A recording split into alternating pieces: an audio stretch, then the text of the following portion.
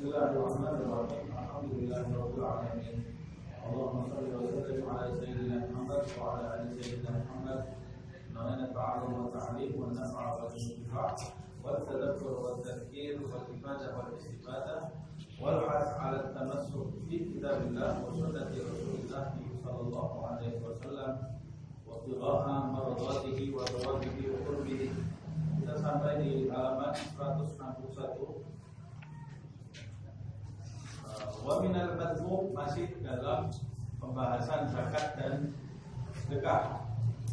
Wa minal madhmumil mahdhur ta'yirul fuqara'i bi fadlihim wa istihdaruhum ta'yirul fuqara'i bi fadlihim wa istihdaruhum li adlihim wa huwa syi'arul anbiya wa hujjatul asfiya wa tadabbur 'alaihim wal istihanah bihim wal istighfar bihaqqihim wa taqdimul aghniya bi adli dunya 'alaihim.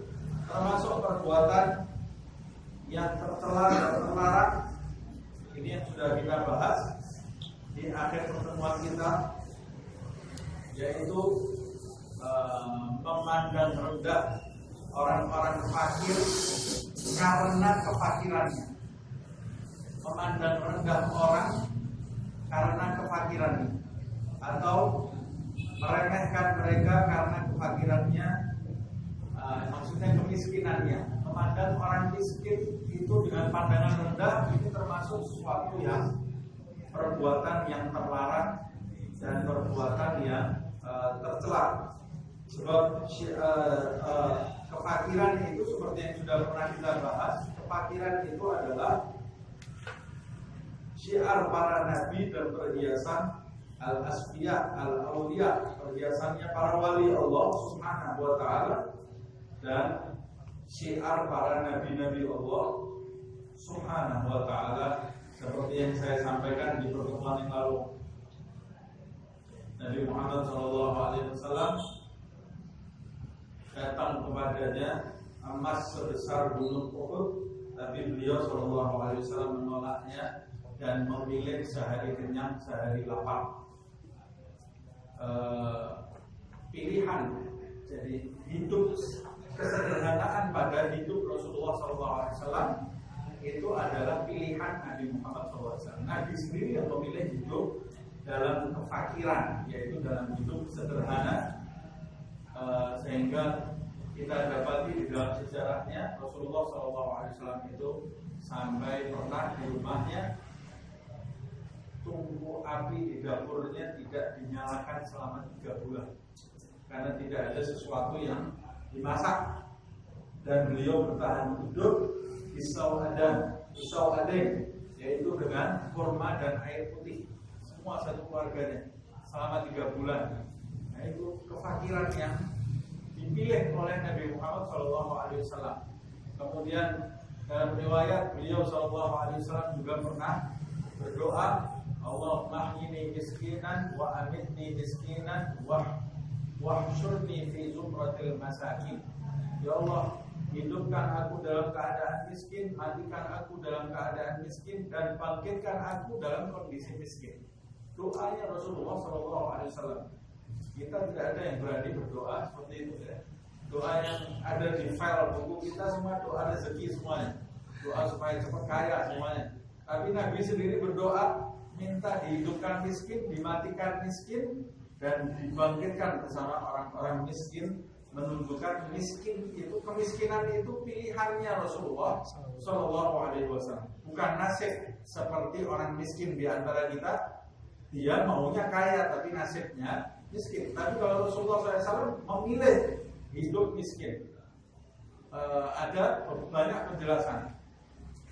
Di antaranya para ulama ada yang berpendapat kenapa Nabi memilih hidup miskin, supaya kehidupan beliau ini bisa dicontoh oleh semua kalangan. Kalau Nabi hidupnya kaya, maka yang bisa mencontoh Nabi hanya orang-orang kaya saja, orang miskin tidak bisa mencontohnya. Tapi kalau hidupnya Nabi itu miskin, dari mulai yang kaya sampai yang miskin bisa mencontoh bagaimana Nabi Muhammad SAW menjalani kehidupan di dunia ini. Begitu juga ada yang menafsirkan doa Rasulullah SAW yang saya sebutkan tadi, yang dimaksud miskin di situ adalah miskin kepada Allah Subhanahu wa Ta'ala. Jadi walaupun orang memiliki harta sebanyak apapun, kalau dia tidak bergantung kepada hartanya, bergantung kepada Allah Subhanahu wa Ta'ala, maka dia itu orang yang miskin kepada Allah Subhanahu wa Ta'ala. Hakikatnya setiap hamba adalah miskin. Innallaha ghaniyyun antumul fuqara. Sesungguhnya Allah Subhanahu wa Ta'ala adalah zat yang kaya, maha kaya. Antumul fuqara, kalian itu orang-orang fakir. Ketika seseorang sudah mencapai maqam ubudiyah sempurna, penghambaannya kepada Allah Subhanahu wa Ta'ala, maka dia akan memposisikan dirinya sebagai sang fakir atau si fakir di hadapan zat yang maha kaya Allah Subhanahu wa Ta'ala. Nah, ketika orang sudah mencapai puncak maqam penghambaan di sisi Allah Subhanahu wa Ta'ala, walaupun seperti Sulaiman alaihissalam, yaitu adalah miskin, orang miskin. Tapi sebaliknya orang yang tidak mengenal Allah Subhanahu wa Ta'ala di dalam hidupnya, walaupun hidup serba kekurangan, dia itu adalah orang kaya di mata Allah, dalam arti tidak perlu Allah Subhanahu wa Ta'ala. Dia tidak bersandar kepada Allah, jadi dia merasa kaya dari Allah Subhanahu wa Ta'ala.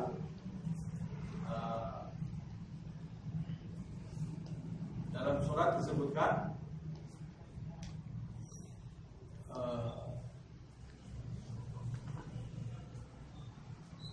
kalla innal insana la yatgha an ra'ahu istaghna.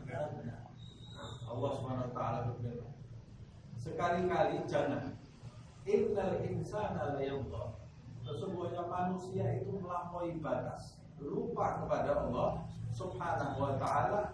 Kapan manusia itu disebut lupa? An ra'ahu istaghna, saat dia melihat dirinya itu kaya, dalam arti tidak butuh, tidak perlu lagi kepada Allah Subhanahu wa Ta'ala. Saat kita melihat diri kita ini besar, kaya, pandai, tidak lupa kepada Allah Subhanahu wa Ta'ala, maka kita itu orang kaya di mata Allah Subhanahu Subhanahu wa taala walaupun kita hidup miskin secara lahiriah. Nah, itu makna dari hadis tadi. Tapi Habib Ali bin Muhammad Al-Habsyi menjelaskan Habib Muhammad SAW itu secara batiniah dia miskin kepada Allah, secara lahiriah dia memilih miskin, supaya bisa jadi contoh semua kalangan. Dan kata Habib Ali bin Muhammad Al-Habsyi, berbahagialah orang-orang yang ditakdirkan miskin oleh Allah Subhanahu wa taala secara lahiriah dan secara batiniah.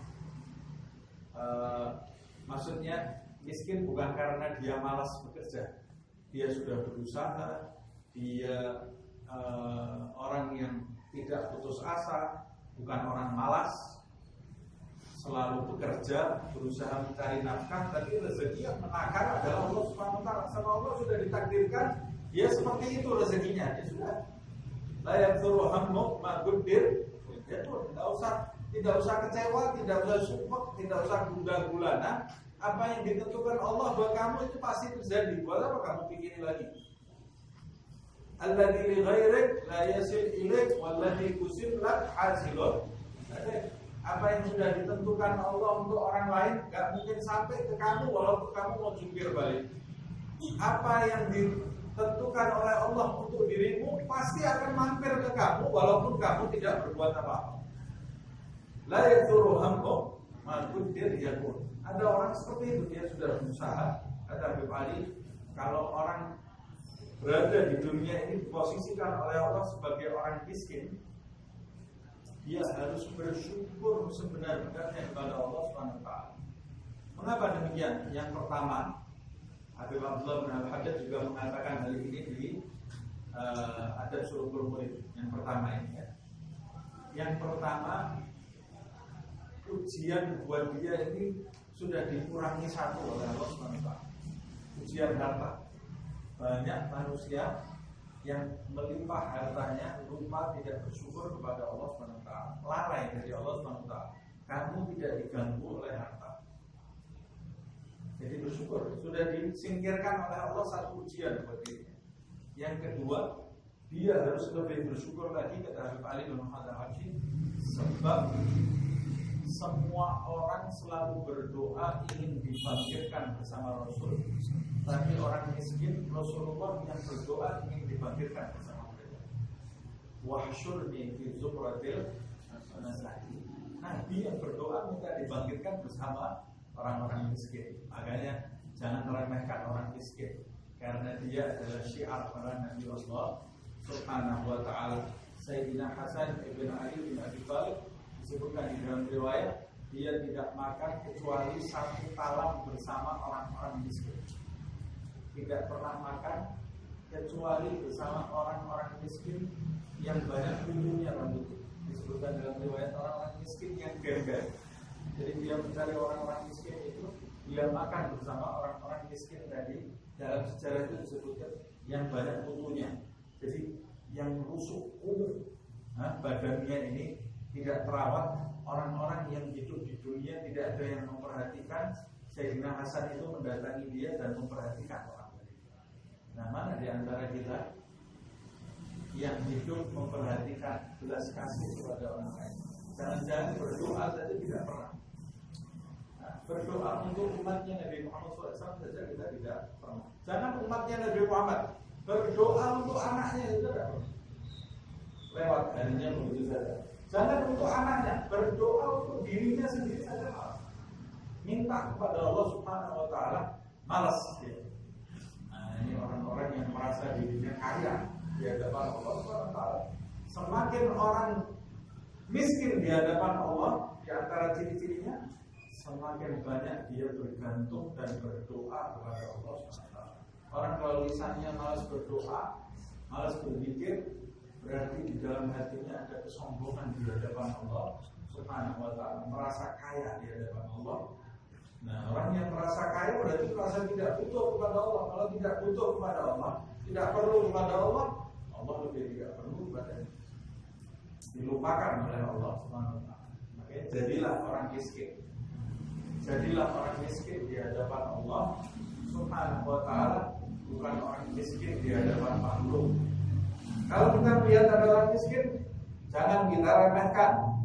Wa hulyatul asfiya, dan dia itu perhiasannya para wali-wali Allah Subhanahu wa taala, para sahabat Rasulullah SAW. Disebutkan dalam riwayat Sayyidina Abu Bakar pakaiannya ada tambalannya, Sayyidina Umar bin Khattab pakaiannya juga ada tambalannya. Keluar dari rumahnya Sayyidina Umar mau menerima kunci Baitul Maqdis, khalifah yang disegani. Kata penasihatnya Khalifah Umar, ini kamu akan mendatangi orang-orang Roma, orang-orang Romawi yang menguasai Baitul Maqdis, berhasil tunjukkan kepada dia pemegangan khalifah, pakai pakaian yang bagus. Sayyidina Umar mengenakan pakaiannya yang bagus, keluar. Ketika dia mau naik ke tunggangannya, dia berhenti sejenak, kemudian dia mengatakan, demi Allah, dua sahabatku yang telah mendahuluiku, maksudnya Nabi Muhammad SAW dan Sayyidina Abu Bakar As-Siddiq, aku tidak pernah melihat mereka berdua mengenakan baju seperti yang aku kenakan.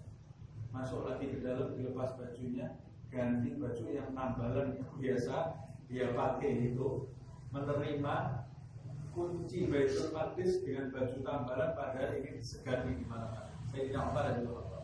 Tapi pada intinya bukan baju yang tambalan. Nah, ini yang jadi permasalahan ini. Banyak orang yang salah paham. Sayyidina Umar mengenakan baju tambalan itu, asik dengan baju tambalan itu, karena dia merasakan kenikmatan saat menghadirkan sifat fakirnya di hadapan Allah Subhanahu wa taala. Pakaian tambal yang dia pakai itu kesukaan dia karena hatinya itu selalu fakir kepada Allah. Begitu juga Sayyidina Abu Bakar dan Sayyidina Nabi kita Muhammad SAW. Nah, datang orang setelah itu, zaman setelah itu, yang ditiru pakaian tambalannya saja, tapi hatinya tidak fakir kepada Allah SWT, fakir kepada makhluk. Jadi pakai pakaian tambal, dia memproklamirkan dirinya sebagai sufi. Di masa Ja'far As-Sadiq, pakaiannya penuh dengan tambalan, menampakkan dirinya sebagai sufi.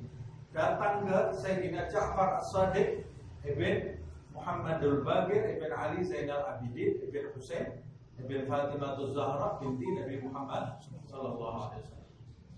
Sayyidina Ja'far As-Sadiq pakaiannya bagus. Datang ini sufi-sufi, pakaiannya tambalan ini, kemudian mengatakan, "Hai Imam Ja'far, hai Syekh Ja'far As-Sadiq, sungguh kamu telah keluar dari jalur datuk-datuk kamu dan bapak kamu. Kita lihat Muhammadul Baqir, Zainul Abidin, Husain, Ali bin Abi Thalib, dan datukmu, tidak ada di antara mereka yang mengenakan baju seperti baju." Kata Ja'far As-Sadiq, zaman telah berubah. Zaman telah berubah. Kalian dengan pakaian kalian itu menampakkan pada diri makhluk bahwa kalian perlu dengan belas kasih mereka, sedangkan aku dengan pakaianku menampakkan kepada makhluk aku tidak perlu belas kasih mereka, aku hanya perlu belas kasih Allah Subhanahu wa ta'ala. Nah, ucapan Ja'far As-Sadiq ini menunjukkan tampilan itu bisa berubah, tapi esensi tetap mengikuti perkembangan zaman.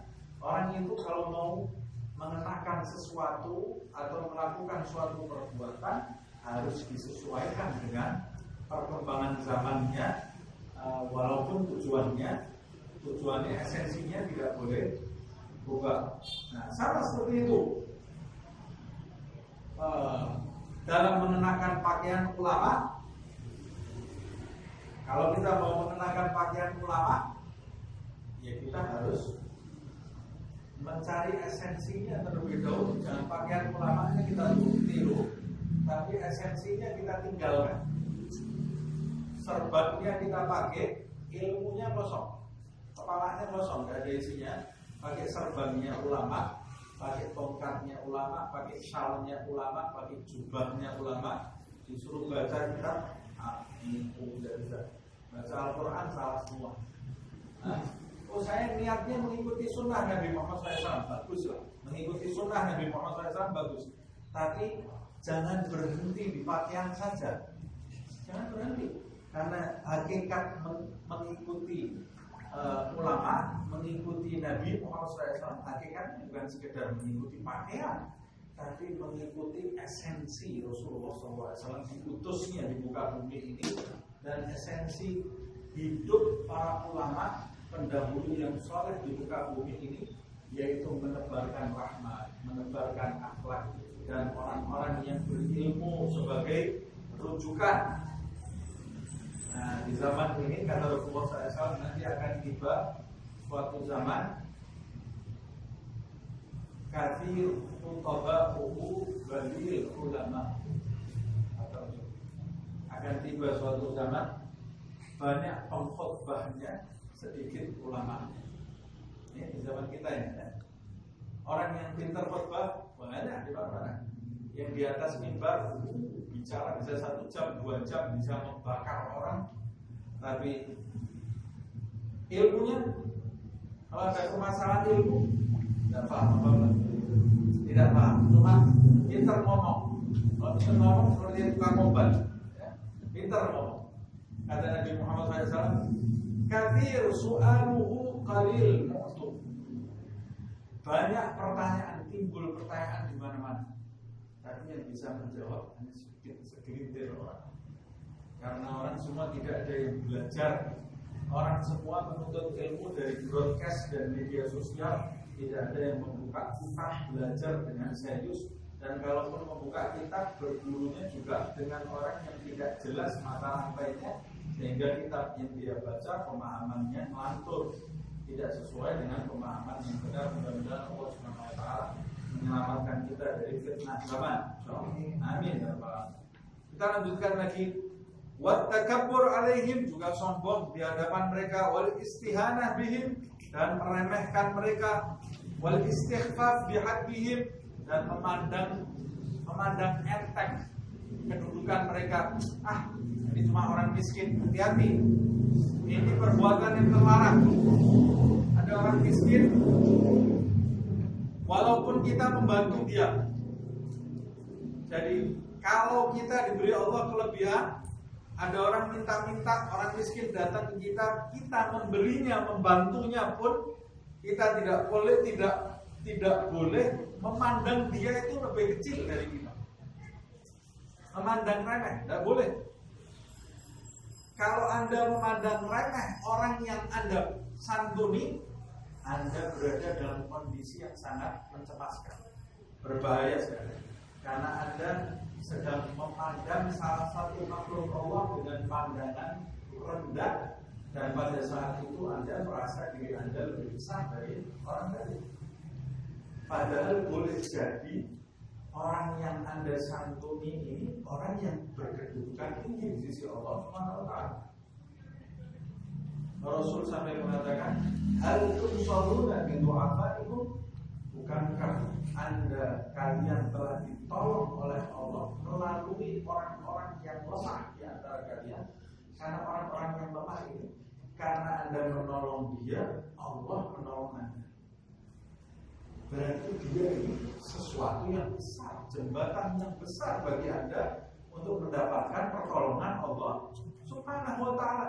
Kalau dia sarana, wasilah bagi Anda mendapatkan pertolongan Allah, berarti dia ini orang yang harusnya Anda agungkan, bukan Anda pandang remeh. Tidak boleh dilihat dengan sebelah mata, harus Anda agungkan. Bahkan kalau dia menerima sedekah Anda, maka Anda harus berterima kasih kepadanya. Terima kasih kamu mau menerima sedekah. Bahkan harusnya Anda yang membungkukkan badan di hadapannya, bukan dia yang membungkukkan badan di hadapan Anda. Sebab karena dia, Anda terima kasih.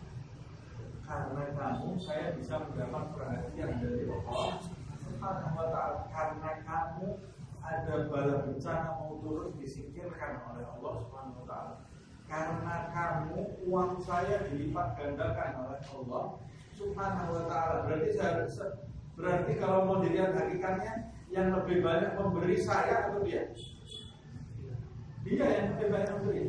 Umpamanya saya beri orang miskin itu 1 juta, Allah melipat gandakan apa yang saya keluarkan itu 10 kali lipat, bahkan sampai lebih. Berarti karena dia, saya mendapatkan uang lebih banyak daripada yang saya beri. Jadi seharusnya siapa yang menghadapi orang yang miskin, dia melihatnya dengan penglihatan seperti ini. Orang-orang miskin yang ada di sekitar kita itu adalah sarana-sarana yang disediakan oleh Allah Subhanahu wa ta'ala bagi kita untuk mencapai kedudukan di sisinya. Maka kita harus memandangnya dengan pemandangan yang penuh pengagungan, bukan pemandangan meremehkan dia. Li'ajlib wal istighfar wa taqdimul aghniya, dan termasuk perbuatan tercela adalah taqdimul aghniya, mendahulukan orang-orang kaya di sekitar kita. Ada orang-orang kaya disodorkan, diletakkan di tempat yang tepat. Ini termasuk perbuatan yang tercela. Makanya ini di sini disebutkan taqdimul aghniya li ajri dunya alaihi. Tapi kalau bukan li ajri dunya, ada masalah. Ada orang kaya datang, kita sambut dia dengan penyambutan yang berbeda dari yang lain. Karena apa? Karena saya punya kepentingan dunia. Ini perbuatan yang sangat tercela.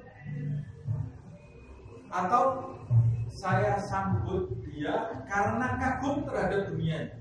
Walaupun saya tidak punya kepentingan, tapi ini orang kaya karena saya kagum terhadap dunianya. Termasuk dunia pangkat. Menyambut orang yang punya pangkat, namanya jenderal atau presiden atau menteri, kita sambut dia karena dunianya. Ini perbuatan yang sangat tercela di mata Allah Subhanahu wa ta'ala. Tapi kalau kita bangkit menyambutnya karena menghormati dia sebagai pemimpin, ini sunnah Nabi Muhammad SAW. Sunnahnya Nabi Muhammad SAW. Karena Nabi Muhammad SAW kadang-kadang didatangi pemimpin kabilah, didatangi raja. Nabi Muhammad SAW menghormati kedudukannya sebagai kabilah. Nabi tidak, yang maha raja itu Allah, ini dipandang rendah, dipandang sebelah mata. Nabi ini mengikuti perkembangan zaman dan mengikuti tata cara yang digunakan oleh masyarakat di sekitarnya. Itu diikuti oleh Nabi. Salah satu contohnya,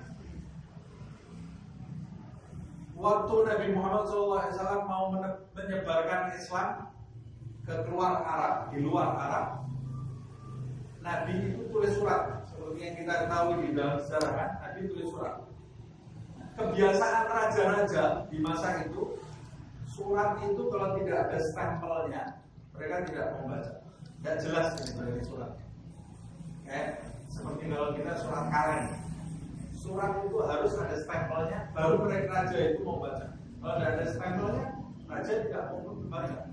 Nabi tulis surat ke Kisra, karena sahabat Rasulullah, Kisra ini kalau tidak ada stempel tidak mau baca. Nabi tidak harus mau, karena dia seorang rasul ya. Tapi Nabi sudah kalau gitu buatkan stempel. Nabi minta dibuatkan stempel. Mengikuti perkembangan zaman Rasulullah. Stempelnya tulisannya Muhammad Rasulullah. Tulisan Muhammadnya di bawah, Rasulnya di atas Muhammad, Allahnya yang paling atas. Kemudian distempel oleh Rasulullah. Distempel. Lalu suratnya itu Nabi Muhammad SAW di dalam suratnya menulis ila azimil Kisra. Nabi tidak menyebutnya Kisra, selesai tidak. Tapi Nabi memujinya azimil Kisra, kepada sang agung Raja Kisra. kepada yang diagungkan Raja Kisra. Iya, Nabi ini luar biasa mengajarkan kepada kita cara berdakwah. Bukan ini Kisra, ini Tauhid, kita tidak perlu menghormati, tidak perlu. Kan itu caranya siapa? Nabi Muhammad itu tidak seperti itu ya. Yang paling kuat tauhidnya adalah Rasulullah SAW. Tapi Nabi menghormati orang di tempatnya. Dihormati oleh Rasulullah SAW. Bukan karena dunianya, tapi karena Nabi Muhammad SAW itu tidak suka menjatuhkan orang. Kalau dia dihormati oleh rakyatnya, dihormati oleh Rasulullah SAW.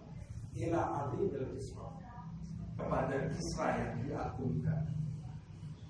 Dan Muhammad Rasulullah SAW, dari Muhammad Rasul utusan Allah Subhanahu wa ta'ala.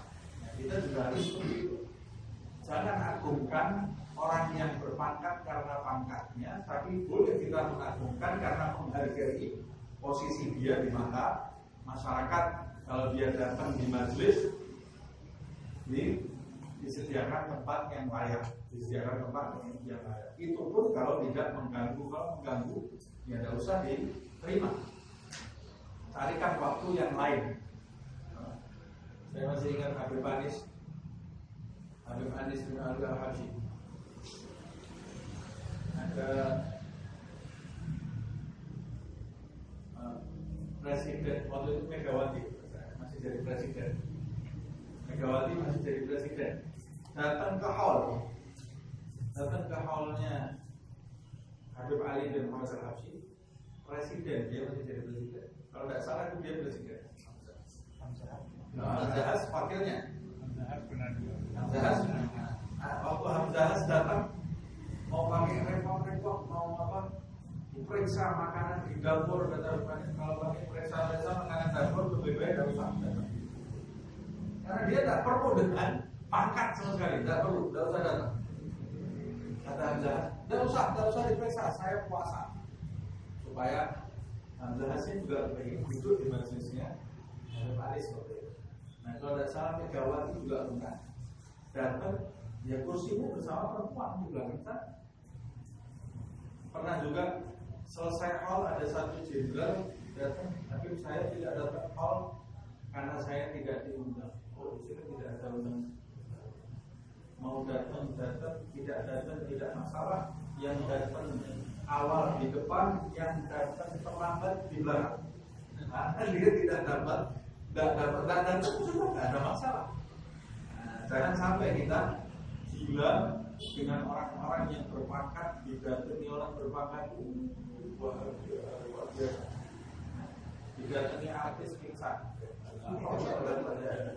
Majelis saya baru didatangi artis, didatangi orang berpangkat, semua sama di mata Allah Subhanahu wa ta'ala.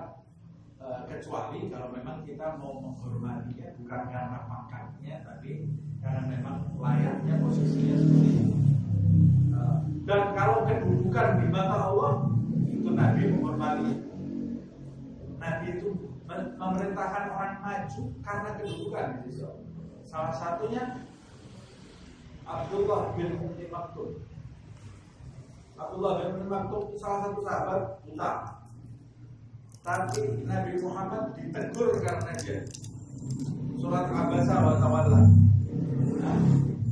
Dalam tafsir disebutkan setiap datang Abdullah bin Ummi Maktum, Rasulullah SAW memerintahkan sahabat membuka jalan, disambut oleh Rasulullah. Padahal gara-gara dia ditegur. Marhaban biman bihi adabani. Selamat datang kepada orang yang karena dia Tuhanku menegur. Datang kadang-kadang Rasulullah membuka lidahnya, disuruh duduk di atas lidah. Abdullah dari kadang-kadang kalau ada Ashabul Badr, sahabat-sahabat yang ikut perang bersama Nabi, Ashabul Badr datangnya terlambat. Nabi memerintahkan sahabat yang lain membuka jalan, membiarkan mereka duduk di depan, dihormati oleh Nabi karena kedudukan di sisi Allah Subhanahu wa ta'ala. Kita juga harus seperti itu.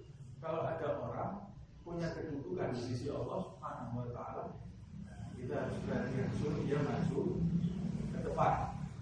Jangan maju ke depan, mundur semua karena dirham dan dinar. Dirham dan dinar ini tidak ada artinya di mata Allah Subhanahu wa ta'ala. Nah, makanya Allah ada mengatakan jangan gila harta, jangan gila dunia, jangan gila pangkat, muliakan orang-orang miskin.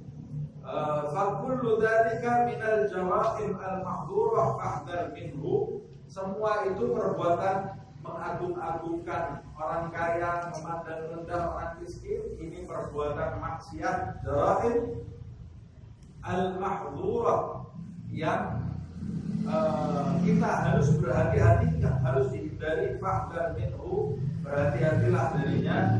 Wa adlimin nas ala qadr ta'dhimihim lillah wa li rasulihi wa iqamatihim li dinihi wa ma'rifatihim bihaqqihi. Dan agungkanlah manusia karena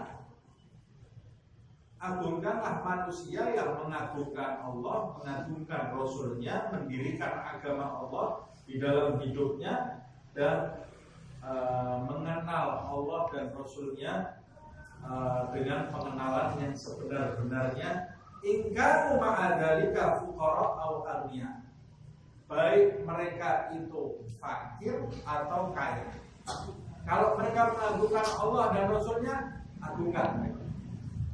Tapi ada orang fakir, orang kaya, tidak mengagungkan Allah, tidak mengagungkan Rasulnya, ya jangan kalian agungkan. Tapi bukan karena miskinnya, tapi karena dia tidak mengagungkan Allah Subhanahu wa ta'ala.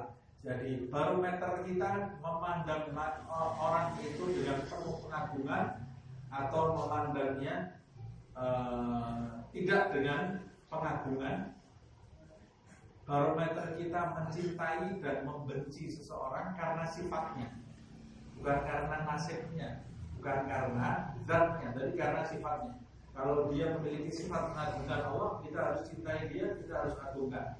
Kalau dia memandang rendah Allah dan Rasulnya, ya kita harus membenci dia karena sifat-sifatnya, tapi mengasihani zat dia. Membenci sifat-sifatnya, tapi mengasihani zatnya. Nah, makanya kita harus menyampaikan kebenaran kepada orang-orang yang jauh dari kebenaran.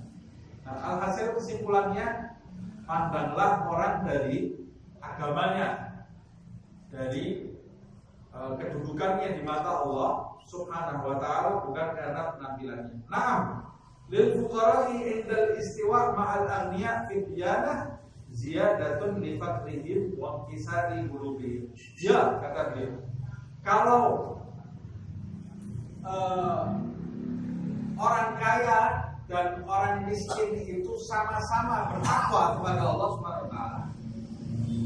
Ada orang kaya dan orang miskin, kedua-duanya sama-sama bertakwa kepada Allah Subhanahu wa ta'ala. Mana yang harus lebih kita agungkan? Yang lebih kita agungkan yang miskin.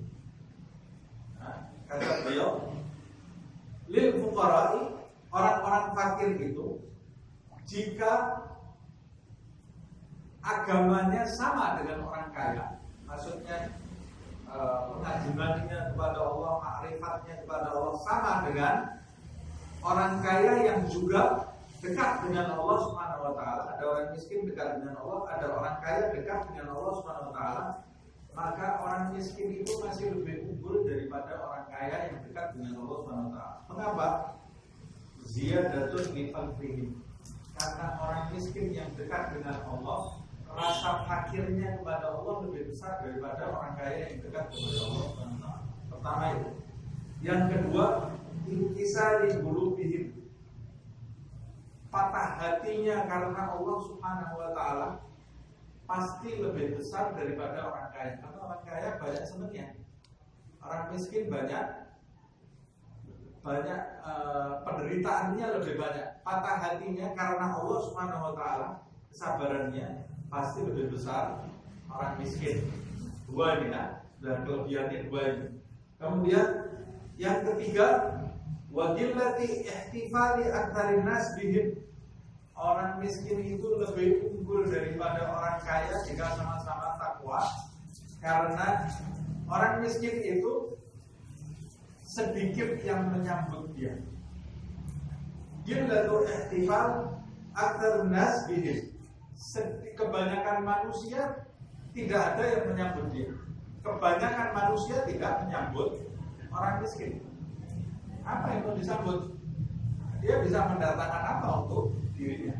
Dia miskin, dia sendiri perlu sesuatu untuk hidupnya. Seperti ceritanya Habib Samad lupa saya. Asgaf, disebut saya lupa namanya siapa. Datang pengemis rombongan siap dari Jumat. Datang pengemis ke tempatnya Habib ini. Ya Habib, saya minta baju Habib. Kata dia, ya Allah, saya minta maaf. Ini baju saya ini satu. Baju saya ini satu. Ini mau saya gunakan untuk sholat Jumat. Baju saya cuma satu ini, jadi saya tidak bisa memberikan baju. Kalau begitu uang, Habib. Jadi ya Allah, saya aja punya utang belum bisa bayar. Kata Habib. Ya kalau tidak punya uang, ini pengemisnya ini tawar terus ini ya. Rombongan tak gimana? Kalau tidak ada uang, makan Habib. Saya dari separuh belum makan. Siapa apa ya? Kalau tidak ada makan minum sudah. Jadi saya nggak rugi datang di sini kata pengemisnya. Minum.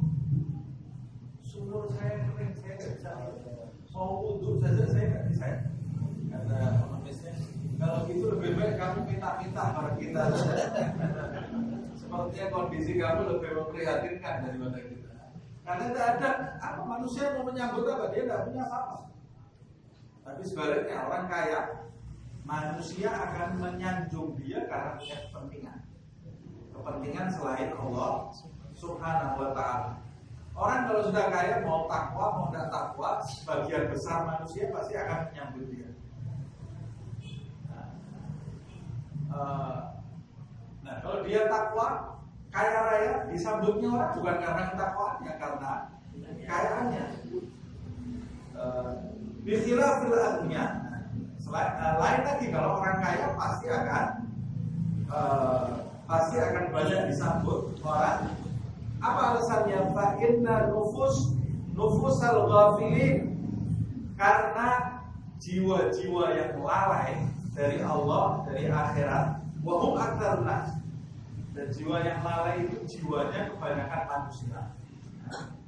Jiwa-jiwa yang lalai, yang kebanyakan manusia, jiwanya lalai itu min sya'nihim taqdimil arniya li 'azamati dunya allati bi aydihim fi nufusi ahli ghaflah. Kebanyakan jiwa manusia, jiwa-jiwa yang lalai itu pasti mereka akan mengagungkan orang-orang kaya.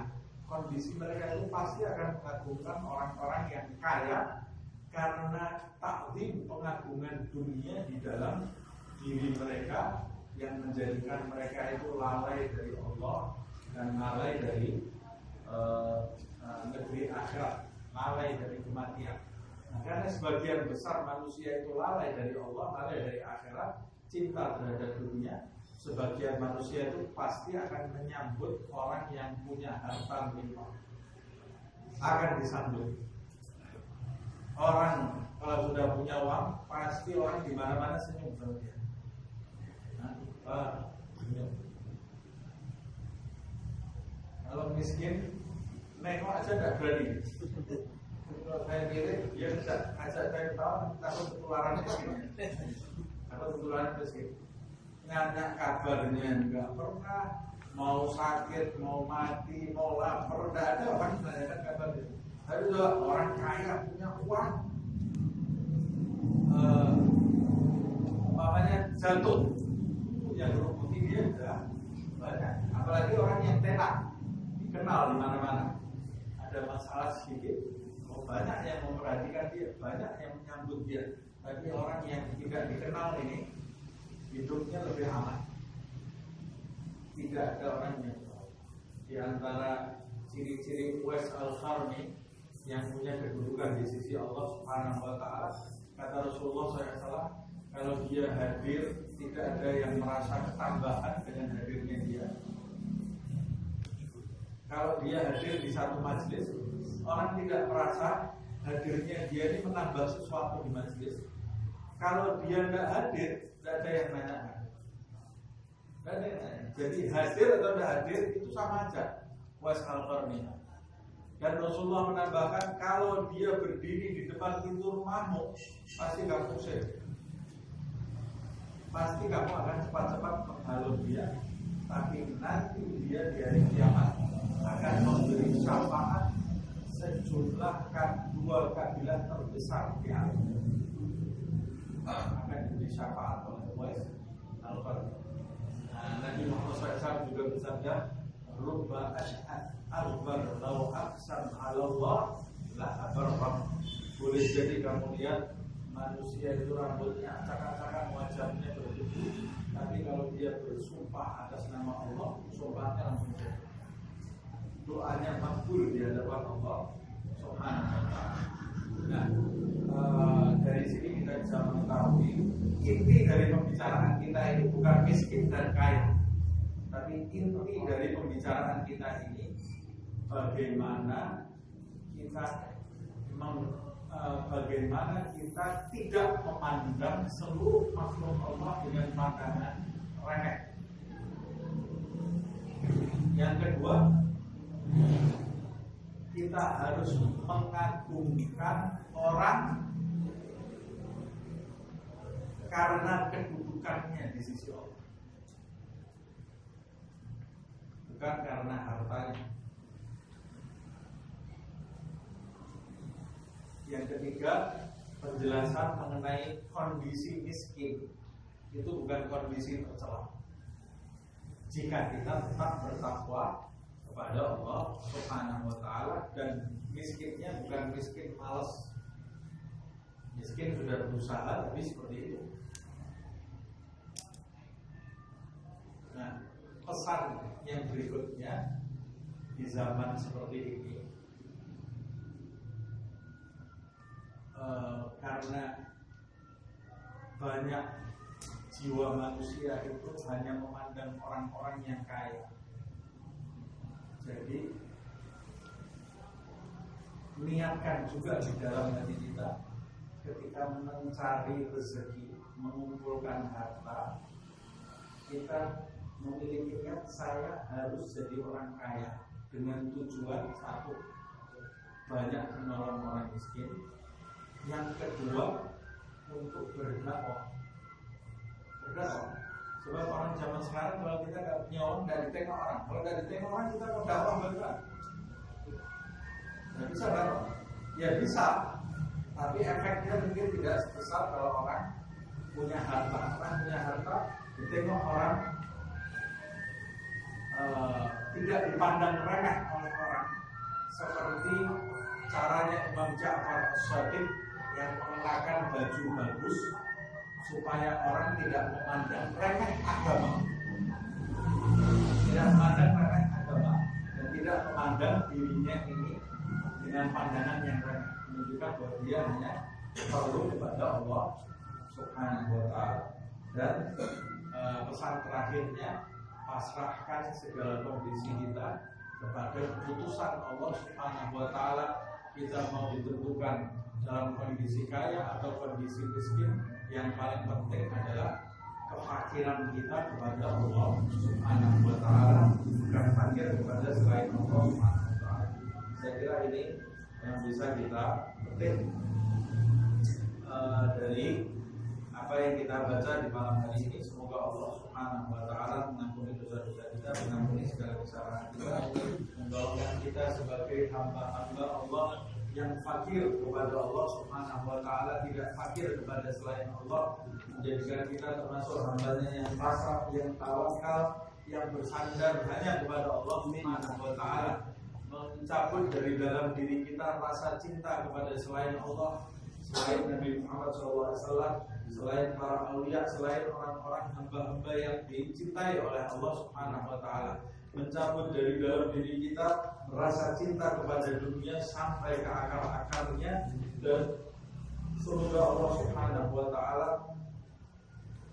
menghilangkan bala bencana khususnya COVID dan mendatangkan jalan keluar, mendatangkan kesembuhan bagi semua umat Nabi Muhammad SAW dan umat manusia secara umumnya. Semoga Allah Subhanahu wa Ta'ala selalu memberi petunjuknya kepada kita dan menjaga diri kita saat di dunia ini dan di akhirat kelak secara lahir dan batin. Amin ya rabbal alamin. Untuk dunia orang ceritanya.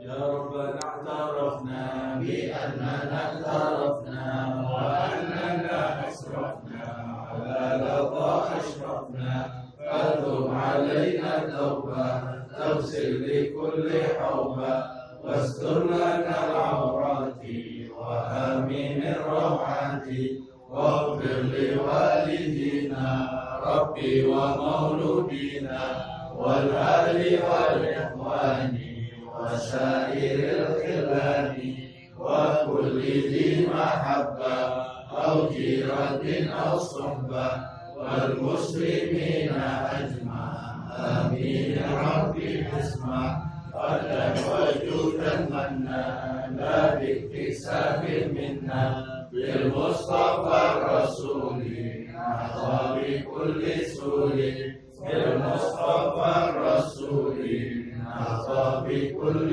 سور بالمصطفى الرسول نحظى بكل سور صلى وسلم ربي عليه عد الحق وآله وصحبه عداد قش الصحب والحمد لله بالقدر والتناهي.